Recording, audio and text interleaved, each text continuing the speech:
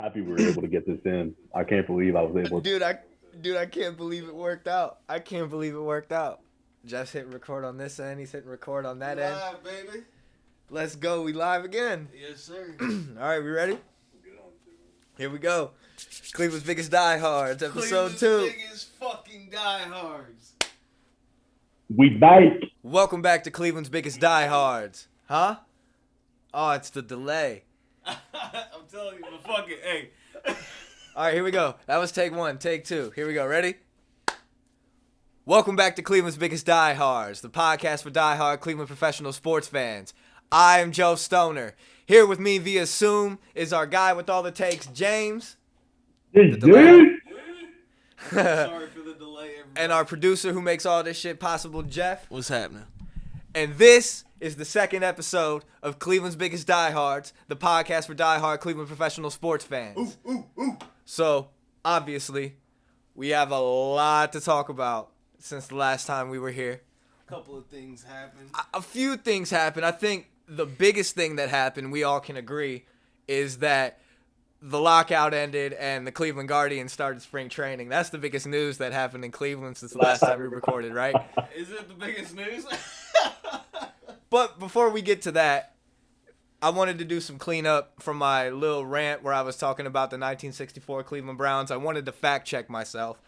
Keep it honest. It was Frank Ryan that got his PhD at Rice University, not Stanford, like I said. And his backup was Jim Ninowowski. It was Frank Ryan's backup in 64. Also, the Browns played the Ravens at home after the bye week of the Sunday night football game. And then Nick Mullins played in the Raiders game before the Green Bay game. I got those fucking dates mixed up. So pretty much you're a liar, is what you're saying. Yeah, Not no, a I really liar, appreciate you cleaning that up. I had a lot of people that were really upset with that, man. I was really upset with it, okay? I was really upset with it. And then It was the heat of the moment. oh yeah, absolutely. I was going off on a quarterback that I thought was going to be starting for us, but I guess that doesn't matter anymore, but we'll get to that. We'll get to that. And then I couldn't remember the name of the gentleman that managed the Cleveland Indians last season, and his name was DeMarlo Hale. So I apologize, DeMarlo Hale. Shout You out deserve to that you. recognition. Thank you for managing in Tito's place. But Yeah, he actually messaged me personally. He was really pissed about that. But like I said, James is here via Zoom. I think I said soon, but Soon, James is here yeah. via Zoom. Zoom. This is an impromptu episode. This all got put together because we are no longer on our time. We're on Daddy Daddy's time. time. Congratulations to our Yes, producer sir. here. His Hey, first child was born recently. Life changing, man. It's like the greatest and most stressful thing that's ever happened. But like, I'm sure we got dads out there that can agree, that are listening. Well, here's the most important thing. Jeff can finally prove now that he has had sex. No one can say that he's a virgin. yep. I got one under the belt. You know what I'm saying? He's fucked at least once, everybody. At least once. Yep, she liked me. She really liked me. She liked me, he said. But no. But since we're all here and we're getting this second episode in, that hey, Oh, and just let it be known that it is the Cleveland's cutest diehard, by the way. hey, we should make that the episode. Cleveland's cutest diehard. You know what I'm saying? But I want to say thank you and shout out all you that gave us all the feedback and told us when's the next episode coming out. Really appreciate it. We're gonna keep Well, trying to here it keep is. these busting out. Exactly, here it is. But I think we all know what the biggest news in Northeast Ohio was. And what could that be, Joe? It was the Cleveland Browns have a new starting quarterback, And who could that be, Joe? Jacoby Brissett. No, in all seriousness, Deshaun Watson is a Cleveland Brown. The Cleveland Browns said, fuck them picks. And we are now Hey, in... and welcome to Cleveland, man. Welcome to Cleveland, Deshaun Watson. And welcome to Cleveland, Amari Cooper. Welcome to Cleveland, Yes, Chase sir. Winovich. Welcome to Yes. Cleveland, all Hey, you free But I agents. just gotta say to Chase, why the fuck did you cut your hair, man? Hey, he made up for it. He's number 69. He's number 60 fucking 9. He listened to the fans. Yeah, you gotta love it. He listened to the fans. But shout out all you guys. Shout out all you guys. Welcome to Cleveland. Cleveland is happy to have you. We can't wait to get balling in September. But Deshaun Watson's the quarterback, guys. And I'm not going to speak on all the shit that's going on off the field. There are millions of other national media people let's out just there not get into that can talk about that if you want to look that shit up. We're just going to talk about the football standpoint because we are Cleveland's biggest diehards. I mean, James is over there looking like he wants to talk about Well, James, go ahead. What do you think? Deshaun Watson's the quarterback.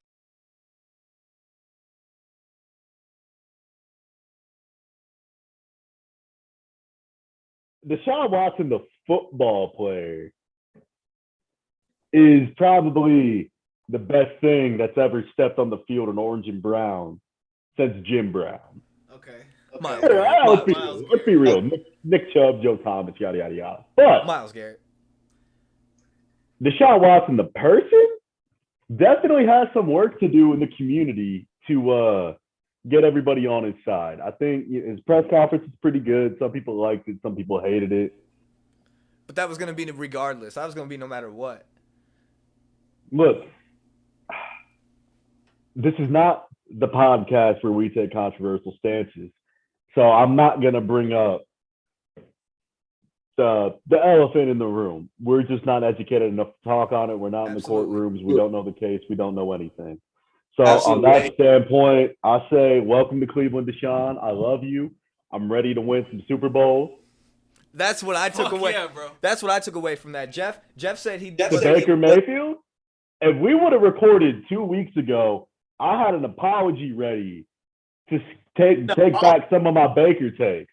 However, you short little fucking motherfucker, get the fuck out of Dodge. Actually, I drive moped. You don't deserve a Dodge, you fucking motherfucker. I think it's safe to say that James is happy to see Baker go. Back to Oklahoma with your fucking boomer shooter cock rat motherfuckers. And if you can't tell from my text, fuck all of Oklahoma University. Those fucking pieces of shit fucking Baker bro fans. I swear to God, I was going at him on Twitter for days. Man. And then well, when's the last time the Browns won a Super Bowl? When's the last time Oklahoma won a playoff before the iPhone was invented? For those of you that don't know what's going on, James has been in a Twitter argument with all of Oklahoma. In a war, he says. In a war of all of Oklahoma and Baker Mayfield supporters. It sounds like James needs a beer. It absolutely It's sounds like horrible. James needs No, these people are relentless. This one guy, I said, you guys had 6 years of dominance in getting blown out in the playoffs. He was like, we actually only went 4 times, genius. I'm like, oh, so you only had 4 good years, not 6. Oh, I hate him. I'm a diehard Texas guy now. Like, literally, fucking Texas all the way. Cleveland's biggest diehard, but Yeah. That's enough talk about Oklahoma. look, I know what he's about to go get. It's just, I'm glad he went on his little rant because Baker. I hope John Dorsey walked into Berea today and said, "Hey, buddy boy, you know why I'm here. Hey, buddy, old pal. You know why I'm here." And we just get him out of here and just ship him to Detroit. Oh, here we go. Look at that. Hey, bro, this is Cleveland's biggest diehards. He hates Oklahoma that much. They in literally an hour, James was at war with like 50 Hey, you got a people. Block C handy? Like what? Diamond C now. What's up? And you're wearing burnt orange. That's hilarious. That's just so funny. He's wearing burnt orange. But Like, who are you? So Baker's gone, boys. We all got our wish. I don't care what you say. I don't care if you're a fan of Baker Mayfield. I don't care if you're not a fan of Baker Mayfield. If you're a fan of the Cleveland Browns, you are celebrating this move. Fuck yeah. You are celebrating the moves that Andrew Berry has made thus far. Adding Amari Cooper is insane. And only giving up, what we give up, a 5th and a 6th, James? Is that what we gave up for? Yeah. Only giving up a 5th and a 6th. Only giving up a 5th and a 6th for arguably one of the best route runners in the game at the moment, and Amari Cooper is awesome. Getting Chase Winovich for Mac Wilson was a great flip. Now you have to look at yourself in the mirror and say, well, Bill Belichick wants Mac Wilson, but Bill Belichick's probably looking at contract, looking at money, and looking at potential. But the Patriots, if you know anything about the history of Cleveland transactions, usually since the Browns have come back since '99, we do a lot of negotiating with the New England Patriots. We've done a lot. We got Jamie Collins flipped. There's that Belichick connection. We flipped Jamie Collins like 3 times between the two of us. Yep. It's insane. But I think Chase Winovich is going to be really, really good for Anthony Walker in that linebacker room. Oh, yeah. I don't think we re-signed Malcolm Smith. I don't think Malcolm Smith is coming back. Do you know about that? So with the whole Mac Wilson thing, I used to be a big Mac Wilson supporter. I really loved what he did, and I loved how hard he rode for Cleveland. But then there was one day in Westlake, I saw him out and about, and I tried to talk to him, and not even get an autograph or anything. Like, hey man, I love your body of work. Completely blew me off. So ever since that day, I've wanted him to get the fuck out of town too. So welcome Chase Winovich, open arms. Mac Wilson, I hope you enjoy Foxborough. It's cold as fuck. Honestly, he'll probably do well. He played under Saban, so he's got the hard work mentality. Belichick and so Mac was good at stopping like completely broken plays. Like when someone would bounce to the outside, Mac would be there to stop it. But in coverage, I don't think Mac ever got an interception. Mac really couldn't cover well. He didn't match up well against the speedy backs. So like when we played the Chargers and they had to go up against Eckler, like Mac didn't really pair up well with that. He would get burnt. Like he's a little undersized in my opinion at being a Mike. Or I think he played more Will because Taki I think was the Mike. But I'm excited to see Anthony Walker, Chase Winovich, Sione Takitaki, and Jeremiah Owusu-Koramoah. That linebacking core is going to be crazy. And imagine if we get Jabril Peppers back. If we get Jabril Peppers back, it's going to be the hardest hitting team in the league. Have you heard that? No, I didn't hear that. There's supposedly from Brown's Twitter, there's news that's supposed to be breaking that they're saying Browns fans should be happy with this move. And it doesn't sound like it's the Jarvis Landry news we're looking for. Landry. It doesn't sound like the and by the way, I don't know who the fuck you people think you are, but I want Odell Beckham back. Yeah. If Deshaun Watson is throwing him the football, fuck if Jacoby Brissett is throwing him the football. I want Odell Beckham back. Ian Rappaport said on McAfee the other day that there are executives out there in the league that think that Odell is about to have a second career. Like a rebirth. This ACL that just got repaired correctly, and it's about to be like he's reborn. He's a brand new football player. Are the ACL surgeries for these players kind of like Tommy John for baseball? Is it like it almost is better to do it and get it repaired? Because I know with Tommy John used to be a death sentence, but now they want you to get it early in your career because it adds more whip. Yeah. I think shit's crazy. But they're talking about Jabril Peppers coming back. Add that as depth with John Johnson back there, and if Grant Delpit, you see what I'm saying? He had injury problems when he was here. Yeah, but he was a great kick returner. Yeah, but we got JoJo Natson. We got Grant from the Dolphins. Oh, Jakeem Grant. We already had JoJo Natson. He's a returner. See, that's how big of a fucking diehard I am. I'm naming JoJo fucking Natson.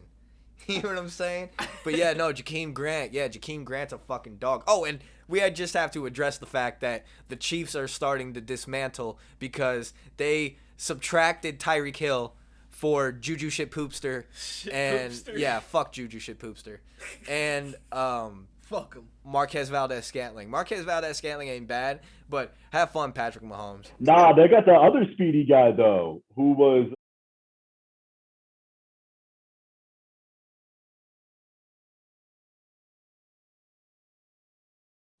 well, not Josh Gordon, no. They had like a rookie they drafted, not a Lair, but they had another really good outside. Pringle?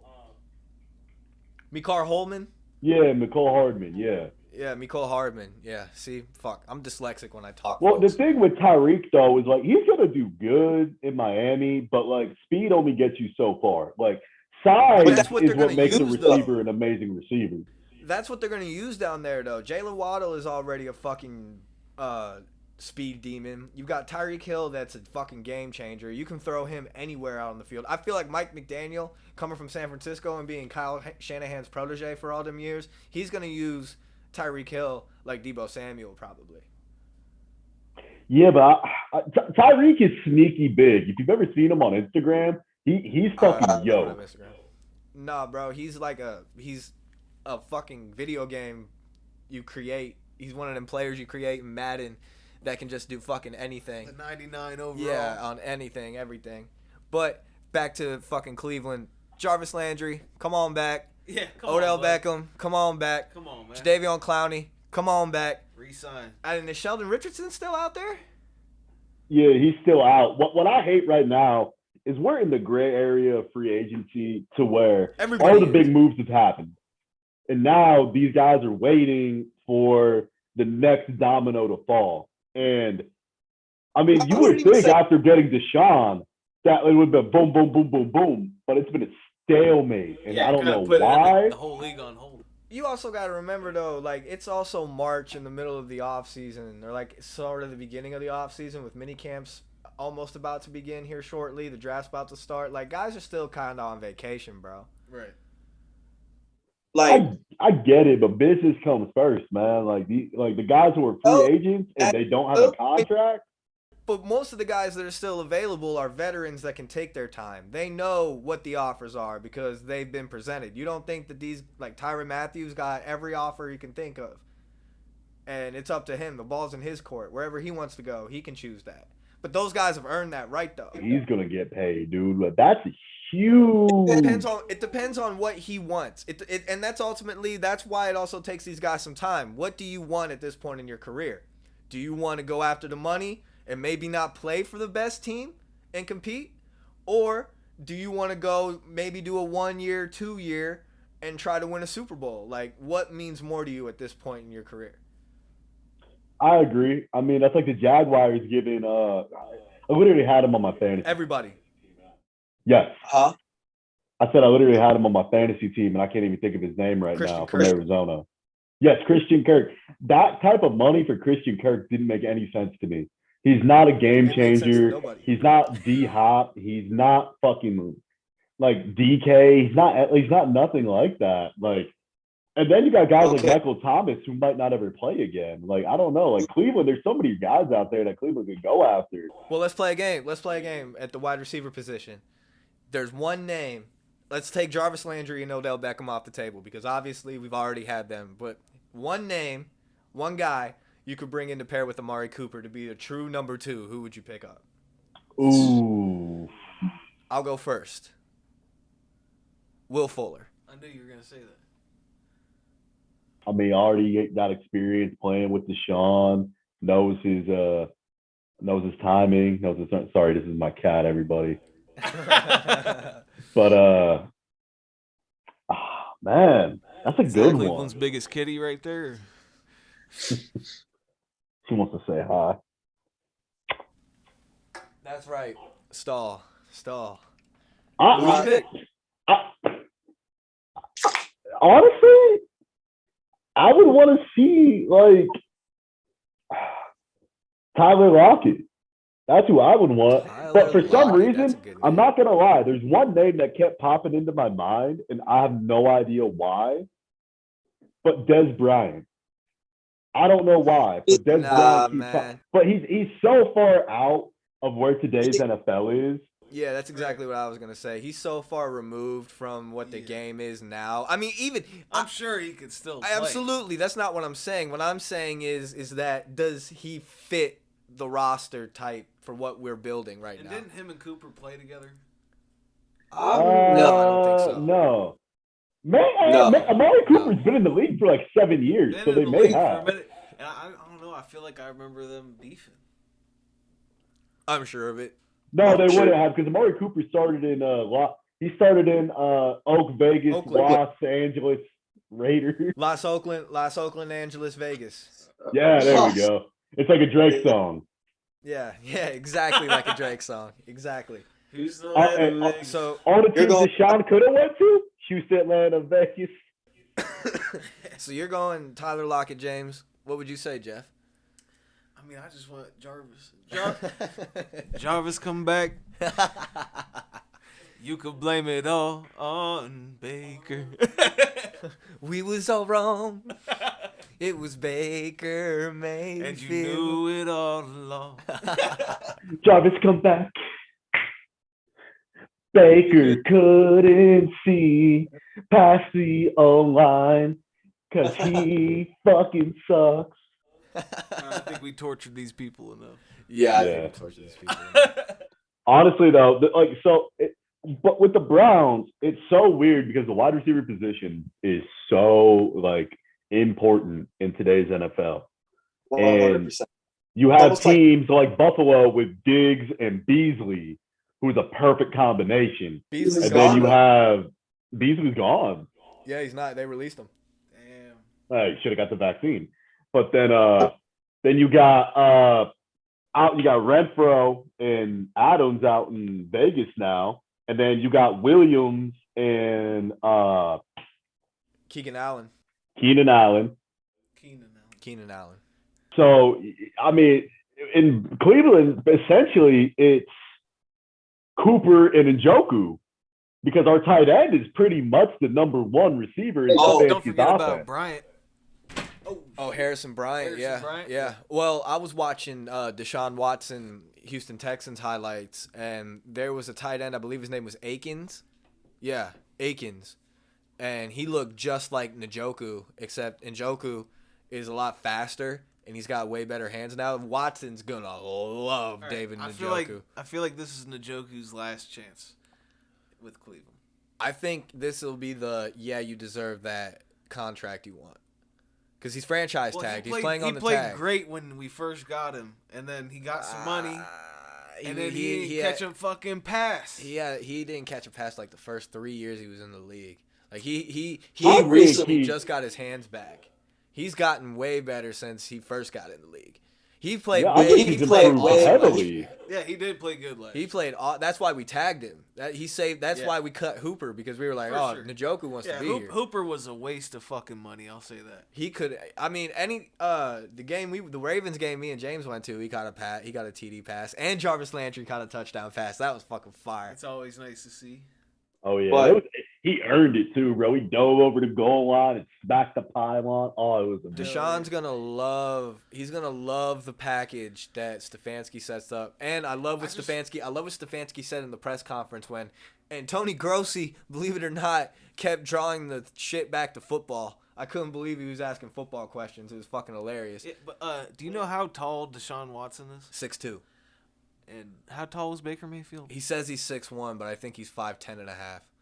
Okay. Deshaun Watson just looks like more of a presence in a fucking pocket. Yes, like and he is. Baby Baker. And he is. No, yeah. You know what I want to bring it back to is, like, imagine where we would have went had Kareem Hunt and Nick Chubb stayed healthy for the entire year.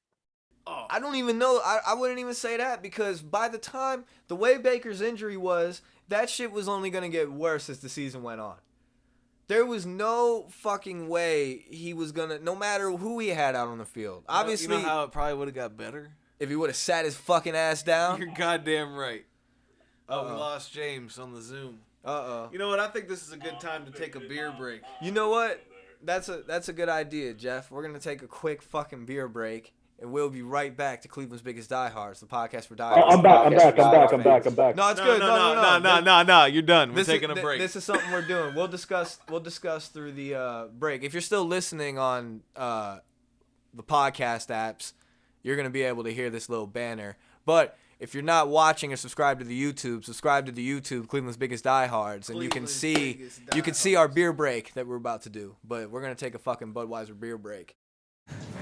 I'm Joe Stoner. Thanks for watching Cleveland's Biggest Diehards. We're in the middle of a beer break right now. So, why don't you go ahead and get yourself something ice cold to drink and do a little something like this.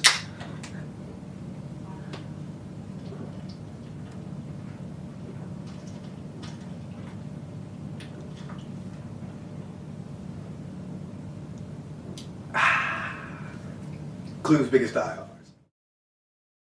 Welcome back from that beer break. Woo. This is Cleveland's Biggest Diehards, the podcast for diehard Cleveland professional sports fans. We were talking about the Browns when we left. Obviously, we're all super excited. We all cannot wait to see what the offense is going to look like, because as I was saying to you during the press conference, Stefanski was asked if the offense was going to look different now. Right. That I forget exactly I forget exactly what the question was, but it sounded more so, for lack of a better not knowing, is it going to look different because we have a guy that can play quarterback back there? We have a grown man in the backfield. And we have Imagine that. And Stefanski goes, yeah, it's going to look different. So I'm excited if we can add some playmakers, which we're obviously going to do. Already have. We're going to look fucking fantastic. Basketball, because I feel like we neglected the Cavaliers on our last episode when they were in the middle of their little run before Jared Allen went down with his dislocated finger, and Rajon Rondo is going to miss his 8th straight game tomorrow night against the Orlando Magic. When you're listening to this, we're recording this on a Sunday. Tomorrow is Monday when they play the Orlando Magic. They just lost to the Bulls by 4 points last night, where yet again we came out down at the half, down going into the fourth quarter. I don't know what it is with this team. I don't know what it is with these guys that they have to play down by at least 12. They're a Cleveland team. They have to go. They have to go into the fourth quarter at least down by 12 points in order to have a shot at coming back. And my big problem, and just saying that, I hope that the Browns are the opposite of that this year. And I just hope we blow cats the fuck out. Yes, I hope we fucking from the get-go and just stay on their throats and never let go. Right. But my problem with the Cavaliers, like last night, for example, and even last night is just every night since we've not had Jarrett Allen, it's shown the experiment that we're trying to do with having 3 7-footers on the floor doesn't work when you don't have a natural 5. And that's no knock on Evan Mobley. I'm not saying that Evan Mobley is not a natural 5 because Evan Mobley has been filling the 5 position. Evan Mobley is playing great. Evan Mobley is the rookie of the year. If you have anything bad to say about Evan Mobley, you obviously haven't been watching Cavaliers basketball at all this season because the dude is playing his fucking butt off and he's only 19 years old. He's a fucking rookie. He's going to war with cats like Joel Embiid, Giannis Antetokounmpo, DeAndre Ayton. He's going against cats like that type of caliber every single night. So he's going to be fucking gassed. This team is fucking gassed. And I don't understand why they're trying to ask cats like Isaac Okoro, who kudos to Isaac for stepping his 3-point percentage up a little bit because, god damn, you could build a fucking house with all the bricks he was throwing up. And Jetty Osman is the same fucking way. I don't understand why Darius Garland will drive to the bucket and he kicks it out to Jetty Osman. And that's another thing that has the Cavaliers exposed is that we don't have a true shooter. We don't have a true 2-guard on the floor. We don't have a guy unless Kevin Love decides to show up that night. Exactly, and he was fucking bricking all night last night. And Larry Markkinen, when Larry Markkinen decides he wants to show up and make, he's aight when he's we're asking a lot of these young Cavaliers because this is the first year they've all really played together. This is the first year they're really in contention. Now we're in the play-in tournament, which is where we don't want to be. We have to win these next, I believe there's 9 games left. That's asking a lot. They have to win the rest of these games and then go into the playoffs. And win all the games. Well, I would be happy with an Eastern Conference championship appearance for the Cavaliers would be an overachieve. Absolutely. I mean, from my perspective, I know you're the basketball guy, but you look at it, this young Cavs team, I mean, I bet you over half of this roster isn't even old enough to rent a car. So we got to look at that compared to the rest of the NBA. So you look at like the top 3 seeds and like, look at Miami. Like they got Jimmy Butler, who is he's a vet's vet, a pro's pro per se.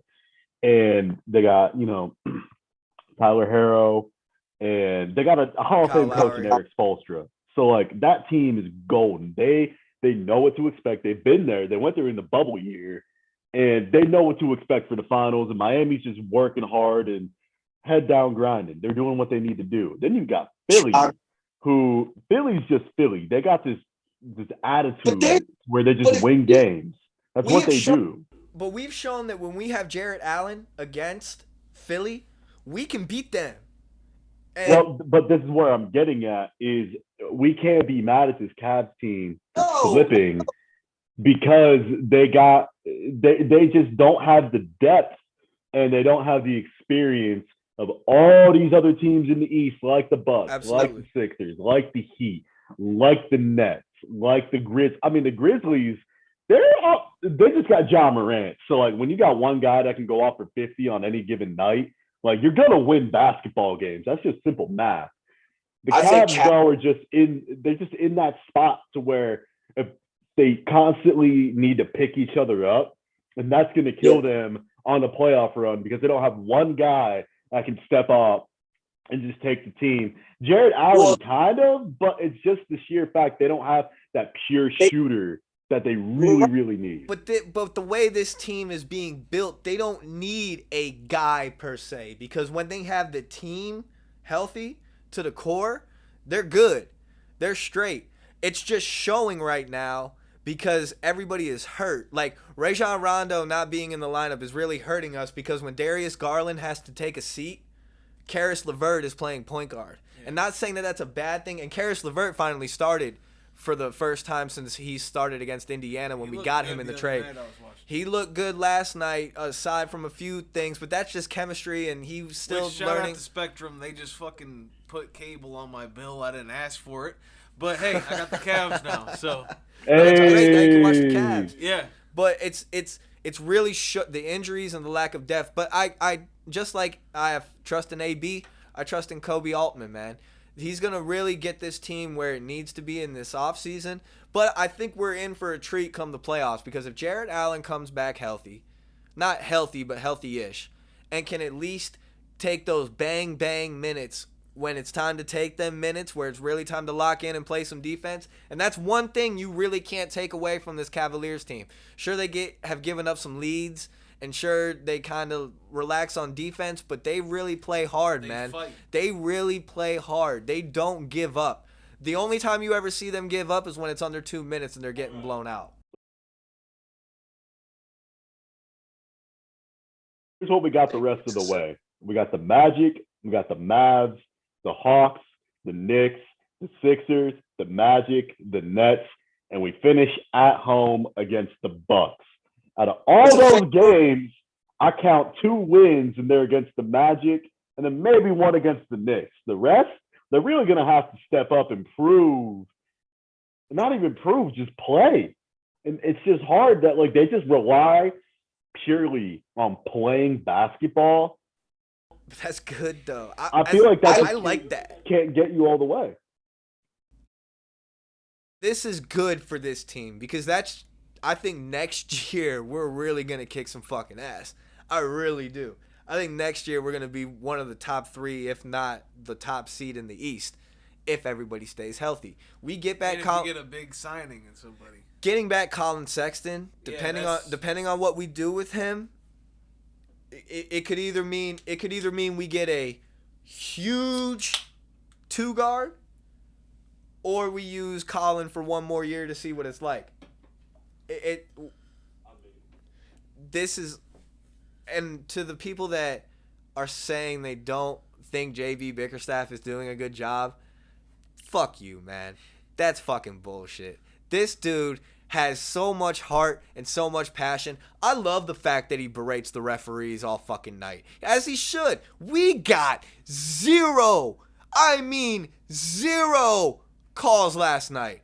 There was so much horseshit, and there's always horseshit going on. And anytime I hear the name Tony Brothers, we don't get anytime I hear that Tony Brothers is on the crew and he's officiating a Cavs game, I go, oh, it's going to be a long fucking night, because that's what it's been all season when Tony Brothers has officiated us.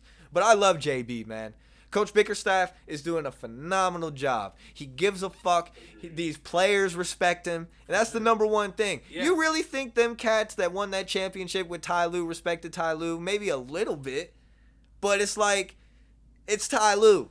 You know what I mean? They had David Blatt before him coaching that team. Jesus you know Christ, what I mean? It's not. And then we had to deal with John Beilein for like 3/4 of a season. So actually having JB Bickerstaff, who I liked when he was an interim guy, and then he got hired, I think it was Houston, and then Memphis, I believe, is where he had his coaching stints at. I think somewhere else before that. Please excuse me, Coach Bickerstaff.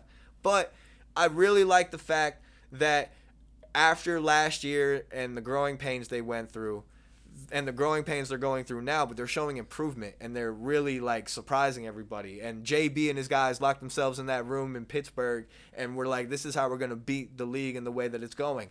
And the only reason it's not working right now is, like I said at the top of this, we are missing our true five.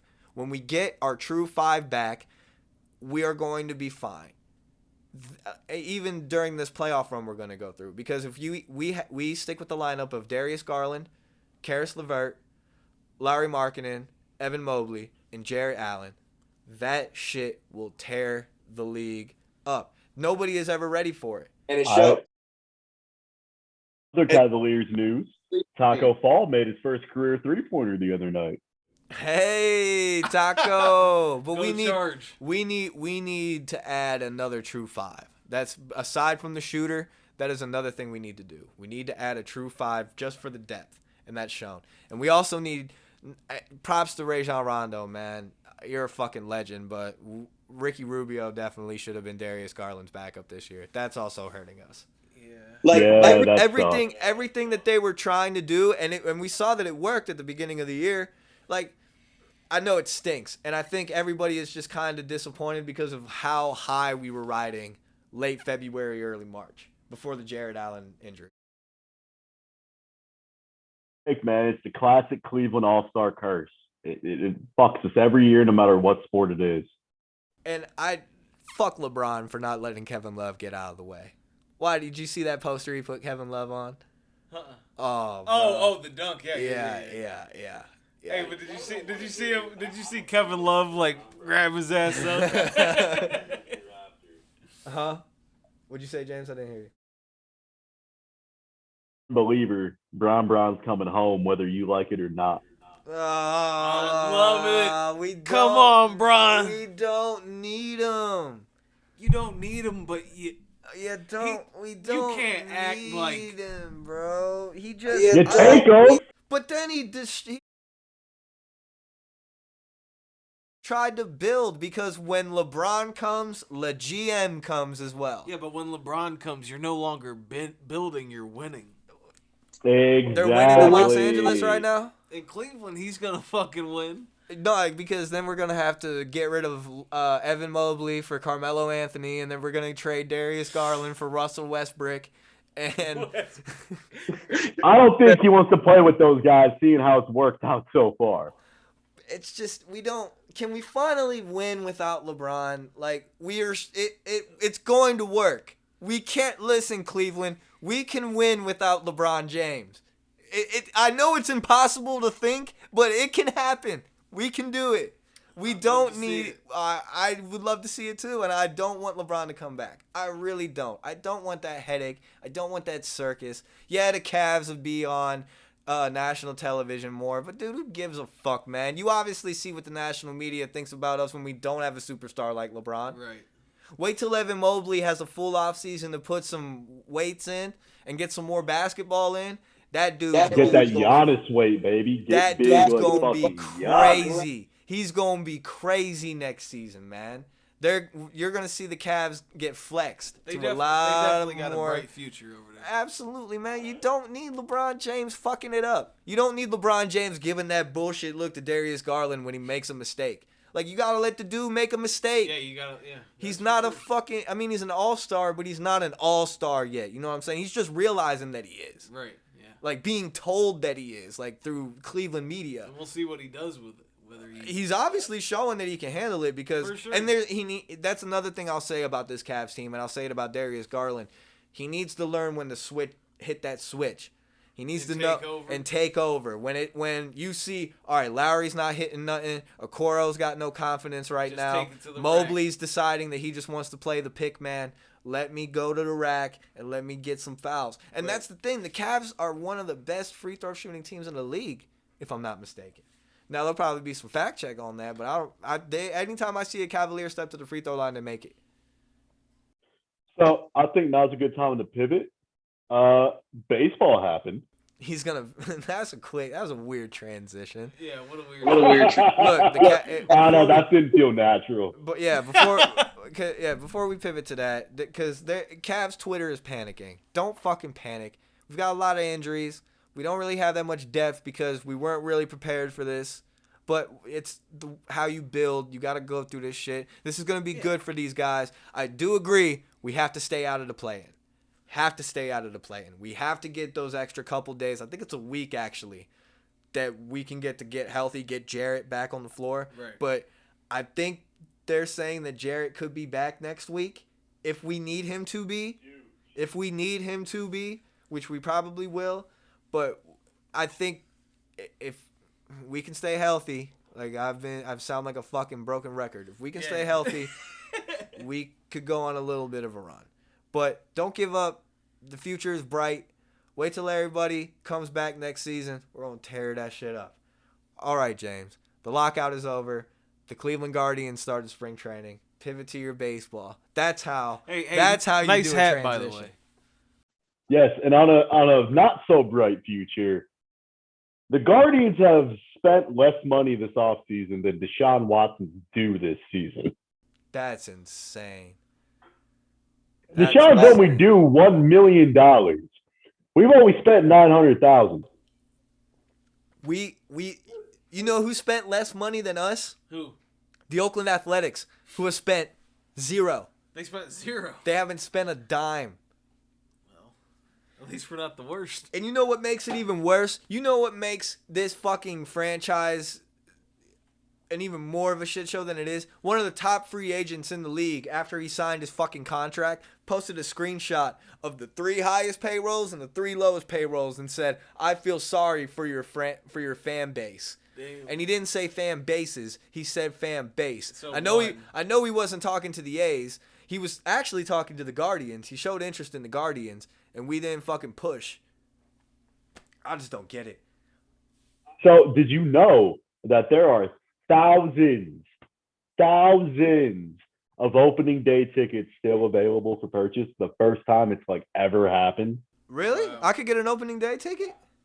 Yep, you can get an opening day Let's ticket. go. All right, let's go. Hey, you trying to go? I'm going the day after. I'm going the day after too, but I'll go opening day.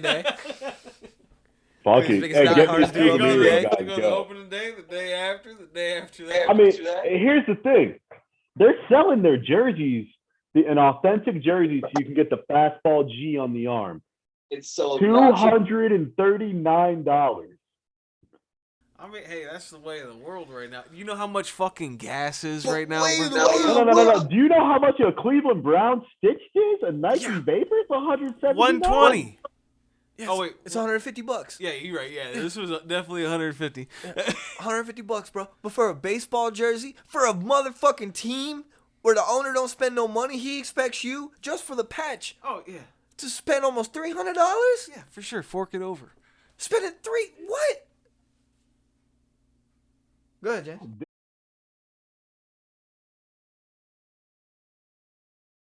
Change doesn't help. Spending money doesn't help. Not being able to, they've done zero marketing. They've done zero branding. They've done nothing to get people interested in this team. I agree. I agree. That, The Dolphins might have a plan. I get they renewed the lease, but they might have a plan to try to sell the team. I don't know. God, don't say that, bro. Oh, dude, I tell you what, that fucking happens, bro. I will be on this microphone so fucking quick, bro.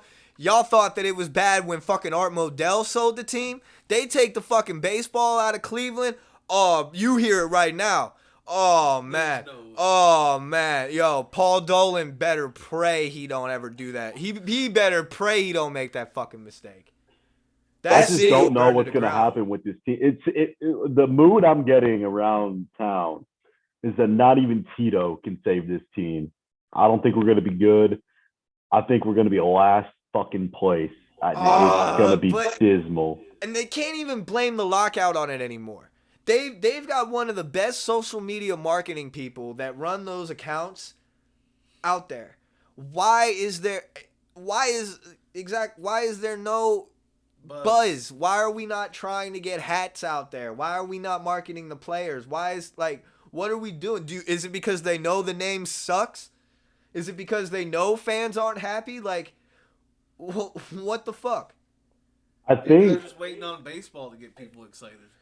I hope so, but I tell you what though. Because if you start winning some games, then some people know the Guardians' name. But you know what though? Now that I think about it, back in 2019 when I went to a game, you know how when you go to a game, it's like an atmosphere, man. There's like shit going on. Yeah. There's like stuff going on around you. It was fan appreciation night, and there was none of that.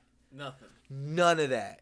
No, there was They no. didn't even have the mascots come out. They didn't have none of that going on, dude. The stadium was barely filled, man, on fan appreciation night, and I think they went to the playoffs that year, if I'm not mistaken, in 2019.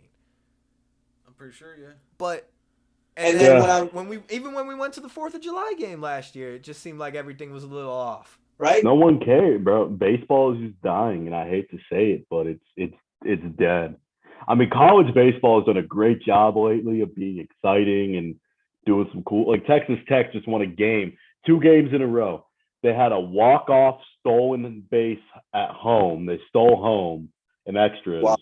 and then the day after, they had a walk-off grand slam. College baseball is alive and better than ever. College baseball is awesome. I mean, even Let's up here, get- See, even I up think here the at Kent, lockout- Kent State's fucking awesome, but the MLB, dead. I think Absolutely opening day. dead. I think once baseball like starts being played, like Jeff was saying earlier, like I think that might help. I know what the issue is. It's almost impossible. It's gambling. Like trying to gamble on a baseball game, I feel like is like probably one of the hardest things you could do because there's so much that goes into it. It You're just right. doesn't seem fun. And like basketball, it seems kind of easy. I mean, you got money line over under, yada yada yada. Football, I mean, fuck cut and dry. Baseball, It's the best. no one wants It's to the fucking best. put money on a It's the baseball best game because goddamn you don't know what the sport. fuck's gonna happen. There's so many variables in baseball, which can make it the most fun. But the MLB's done nothing to get involved with these sports books, and I think that's kind of what's killing the game. People only want to watch it if they can make money off it. We've tried, I think on air last episode and off air, James, we've been trying to figure out what the problem is. Like, and I think that's baseball fans everywhere. Like, why the disinterest? What is I personally think it's because you can't really name no big sluggers no more. Fernando Tatis, Shohei Ohtani, Bryce Harper, Trout, Mike Trout, but he plays for the Angels. Like, and he's hardly healthy. And yeah, you he's don't see hardly you don't see healthy. the game. Aaron Judge, but they aren't viewed like those guys that we grew up watching, like Barry Bonds, Poppy, McGuire, Poppy. Bonds, Black, James, you were the biggest Poppy fan. Miguel Cabrera, Kronk. yeah, Travis Hafner, Oh, I love Travis Hafner. yeah. Y'all remember Nick Swisher? Nick Swisher. We were Mike just watching Napoli. an episode of Ridiculousness today, and he was Kevin Nick Euclid. Swisher. Yeah, it was an old episode. I remember my Swisher 33 T-shirt. Mm-hmm. We wore them. Me and Joe was twin days. Oh yeah, At high school with Nick Swisher shirts That's on. right. We did wear our Nick Swisher shit for Twins Day in high yeah. school. But that's pretty much all I got for baseball. I mean, I'm excited for opening day. I'm excited to go to games, but Oh yeah, I'm not excited for the guards, man. They I am. I was actually watching spring training earlier, and as soon as I turned it on, Oscar Mercado hit a fucking dinger to deep left. Lesack looked like Ricky Vaughn. He was throwing fast, high, and at fucking heads, bro.